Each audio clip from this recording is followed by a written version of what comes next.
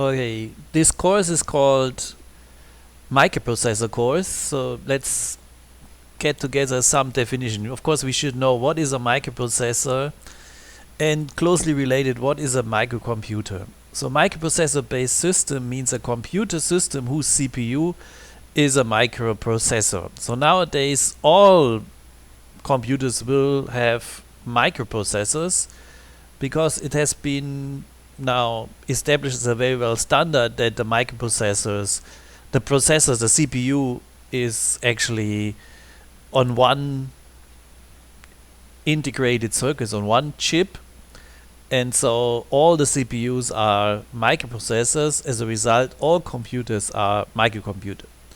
Remember, in the 1960s situation was different. We have seen the PDP-11, where the CPU in fact was a whole board that fit into a drawer of this computer.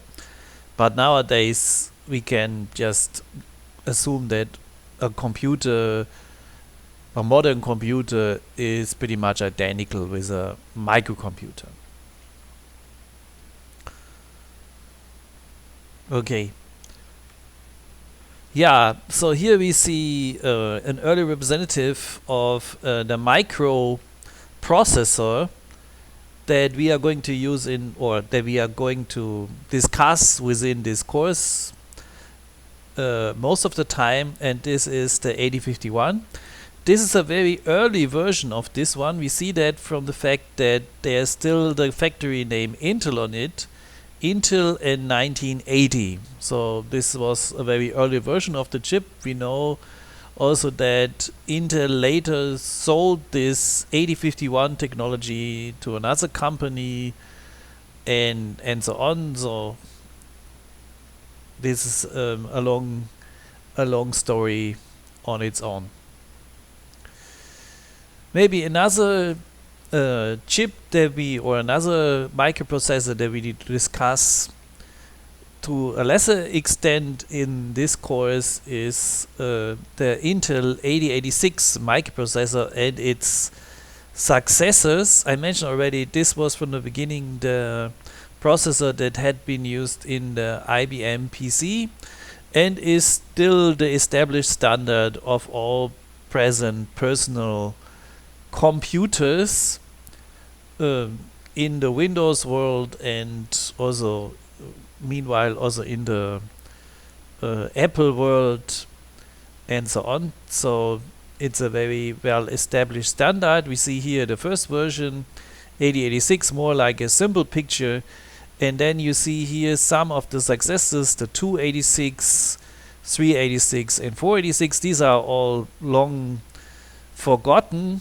but you see already there's a great development process success in the steps if you look just from the shape of these processors. And that you can see also from the quantities, the pure numbers of just the data of these chips. So here, these are the early years. We later see that we can extend it continuously to nowadays. So let's have a look in 1972. So this will be pretty much 50 years ago. The first processor, the 4004, the 4-bit processor from Intel, had 16 pins, and then we see how this number goes up in the following years, 40 pins. A PDIL housing with 40 pins, and then already this square housing, 64 pins, 100 pins, etc., etc.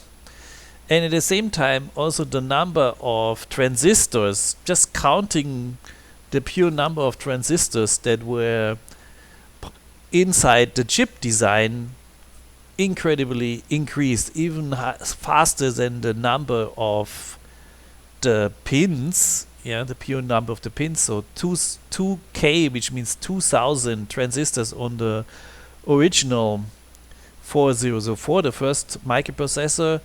Then 1977, 5 years later, already tenfold this number, 20K. 1982, again 5 years later, 100K, and so on and so on. Then processor word lengths, basically the size of the registers. We will later see what that means. So 4 bits was of course the size of the 4004. Then 8 bits in 1977, already some of the registers had 16 bits. Then 1982, the state of the art was for the best processors of the time, the Motorola and the Motorola 68000 and the 8086 was 16-bit, and also this number doubled in the following years regularly. And then also external data bus size increased in a similar way. So we see 4 initially, 8, 16, 32, 64. Maybe later we are going to talk about what is actually a bus in the sense of computer science. So here we can just assume this is a parameter that greatly has an impact on the performance of these chips. Okay, here more data, quantities, the clock frequency, how fast the chip is executing instructions basically in megahertz. So we see the first number was around 1 megahertz, which is the normal frequency at that time for some quartz that had been implemented there. And cycles per instruction. So also this actually there the number means the lower the cycles per instruction, the better is the performance. The original CPUs had some predefined cycle per instructions, but later versions they used technologies like pipelining. They can reduce the average cycle per instruction. Maybe we are going to talk about this in later classes. Also we see that the memory space, the address space also increased significantly. 16 kilobytes, 64 kilobytes, 16 megabyte, 4 gigabyte, etc., etc. The memory size in one integrated circuit in one chip also increased during that time already. And then here are the representative microprocessors that are representing these numbers here that are outlined under the corresponding year. Already in the early years of computer science,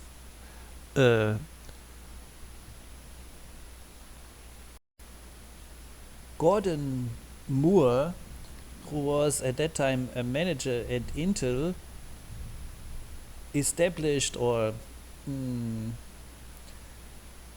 formulated Moore's, what is called nowadays Moore's law, and that is some heuristic finding that the performance of the processors, the microprocessors, and also other chips increases exponentially during time. So if you draw here the time axis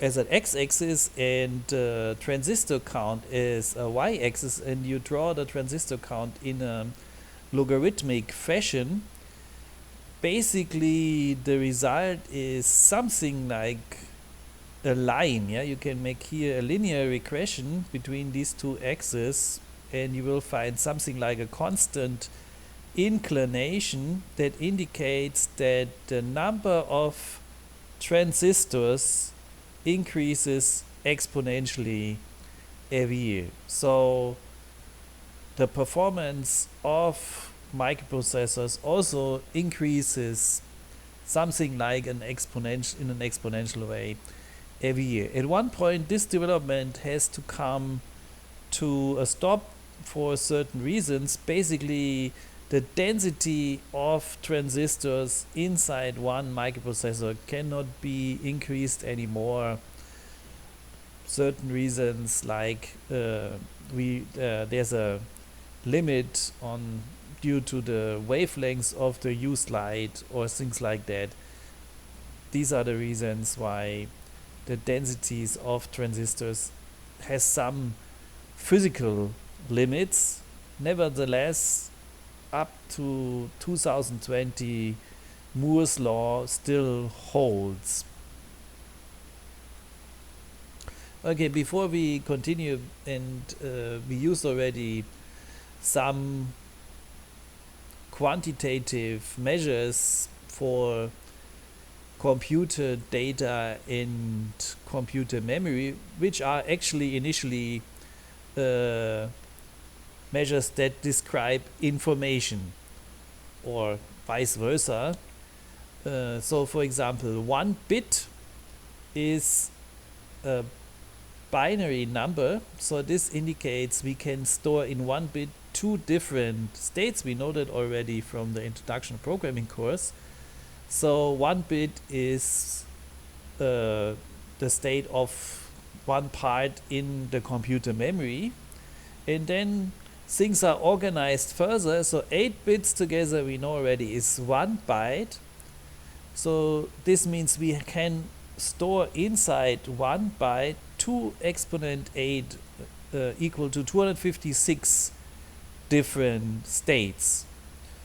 So for example, in C we can define an unsigned character, and this means we can store inside this unsigned character, which is exactly 1 byte, we can store there the numbers from 0 to 255. If we have a signed character, the range is equally distributed between positive and negative numbers, so we can store the number minus 127 to plus 127.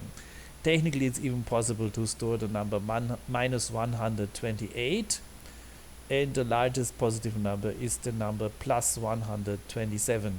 We need to reserve one possible state for the 0. That would be when all bits are set equal to 0.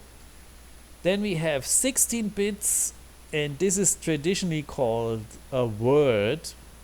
So these are 2 bytes together. Inside one word we can store 2 exponent 16, that are 65,536 different states.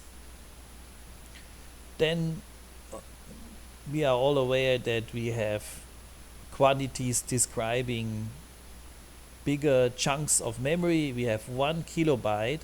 There are 2 exponent 10 bytes, which happen to be around 1000. That is 1024 bytes. Then we have 1 megabyte, that is 2 exponent 20, that is 1024 times 1024 bytes, and so on. We have 1 gigabyte, 1 terabyte. Bigger numbers are petabyte, and even higher numbers, of course, are defined. Okay, let's go deeper into what is happening inside a central processing unit. How can an algorithm be executed step by step? What kind of hardware circuits are necessary? How can we organize the algorithm into a format that can be handled with as simple as possible hardware? What kind of information is transmitted by a bus in the sense of computer science? Well, first we need to understand what are buses in computer science. Basically, buses are responsible for transmitting information from the central processing unit to what is called the periphery of the computer. Periphery can be interfaces of the computer with the environment, but is also memory. Yeah, so these things, all this communication is done by using a bus, and physically these buses are nothing else but bundles of wires, lines of where digital electronic is transmitted. So every line wire can have two states. So that has been established there. Either 5 volt, usually if you use the TTL, the original TTL standard, it's 5 volt or 0 volt. So 5 volt would be the state 1 and 0 volt ground would be the state 0. If we have n lines together, then as we know already, this can encode 2 exponent n states. So for example, 16 lines can encode the numbers from 0 to 65,535. And 8 lines, as we know, can encode the numbers between 0 and 255. So with 8 lines inside a bus, we can transmit within one cycle exactly 1 byte. Okay, we know already computer memory is organized in bytes. Every byte has an address in the memory space, and every byte consists of 8 bits again. So there we can encode the numbers from 0 to 255. So these very small microcomputers of the first generation that you see in the second class, they had all an address space, so intrinsic capacity for memory of a word that would be 65,536 bytes. In other words, there were 60 lines reserved to address a memory in a memory cell by these kind of processors. Okay, let's go into the deeper picture there. So the idea is now, how can we organize our computer in that way that the central processing unit, which we treat right now like a black box, can communicate with the peripherals, in particular with the computer memory. Let's assume our memory has now 64 kilobyte, and so we want the CPU now address this entire memory. For example, we would say the CPU should read in one particular moment from the address 1234 hexadecimal, read out from this memory cell the data. What kind of hardware is necessary to do that?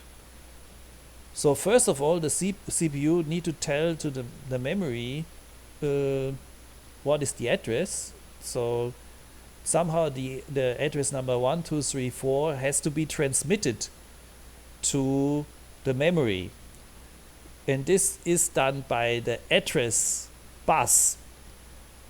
So if we have a memory of 64 kilobyte, it takes 16 address lines to address every byte inside the memory.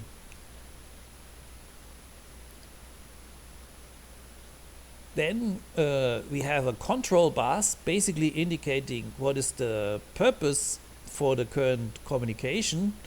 For example, we have one line in control indicating, okay, now the CPU wants to read from the memory, or the CPU wants to write to the memory. So that is the purpose of the control bus. The size of the control bus can vary depending on the function that is assigned to this particular bus. Finally, we have the data bus. Let's assume the memory consists of 8 bits, and we have here the first generation of CPUs where the time for one executing the program was not such a big factor, just people were happy that the CPU was working. So in this case, the data bus was only 8 bits. So let's summarize. Now we have an address bus, in our case 16 bits, that can address 64 kilobyte, with a data bus of 8 bits that can transfer 1 byte in one cycle. And then finally we have the control bus that indicates the CPU is reading to the memory or writing reading from the memory or writing to the memory. This concept that the CPU has basically one outside world and addresses everything out of the inside the outside world with one address bus is called the von Neumann model. John von Neumann was a physicist who initially, actually he was a American-Hungarian physicist who initially worked in the Manhattan Project during the Second World War, and during that time realized the importance of computers for modern technology and developed this first concept of a computer with the CPU communicating to the outside world with one address bus and a data bus and a control bus. Basically with all parts of the environment, not only the memory but also peripherals like, for example, the keyboard or keyboard drivers or printers and other things. Okay, let's go a little bit inside the microprocessor itself. How can the microprocessor keep track of a program or an algorithm? How can this be organized? Let's assume the program is already written to the memory in some way that we need to define later. Then how can we have the CPU go through this program step by step and execute it? This is now the interesting topic. Well, let's assume we have 3 distinguishable steps. The first step is to load the instruction that should be executed. So maybe we want to whatever the instruction is, this should be loaded then. And then the next step inside the microprocessor is to interpret the particular instruction. And finally, this instruction should be executed. So the developers of the first CPUs, before the microprocessor time even, they thought how this concept can be realized. And for this purpose, they came up with another concept, and that is the concept of a register. So they realized somehow we need to have some variables implemented into the hardware that indicate the current state of the CPU. And this variable register, the first one, is called the program counter. This is a very fundamental register in every CPU. We can imagine it as something like a pointer. Remember, maybe in C, pointers pointing to some position in the computer memory. And basically the program counter is a pointer that points to the current position where the CPU is right now inside the program. Since our address space in the von Neumann model is 16 bits, we can address 64 kilobytes of computer memory.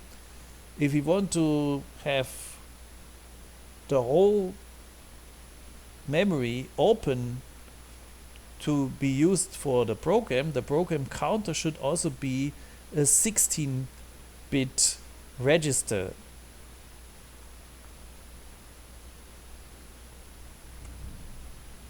Maybe then we need to have some working register. It's also everywhere in every microprocessor there is a register A. In many cases there's an overlap with the register A, which what is called the accumulator. Basically the accumulator is a working register where the arithmetic circuits are working on. So if we add 2 numbers or we subtract or 2 numbers or multiply 2 numbers, always this register A is involved in some way that the result is stored there, or one of the initial values is also stored there. So one initial value is stored there. Then the hardware inside the CPU is working on this number that is stored in the register A, and then after the arithmetics are done, the result is again stored in this register A.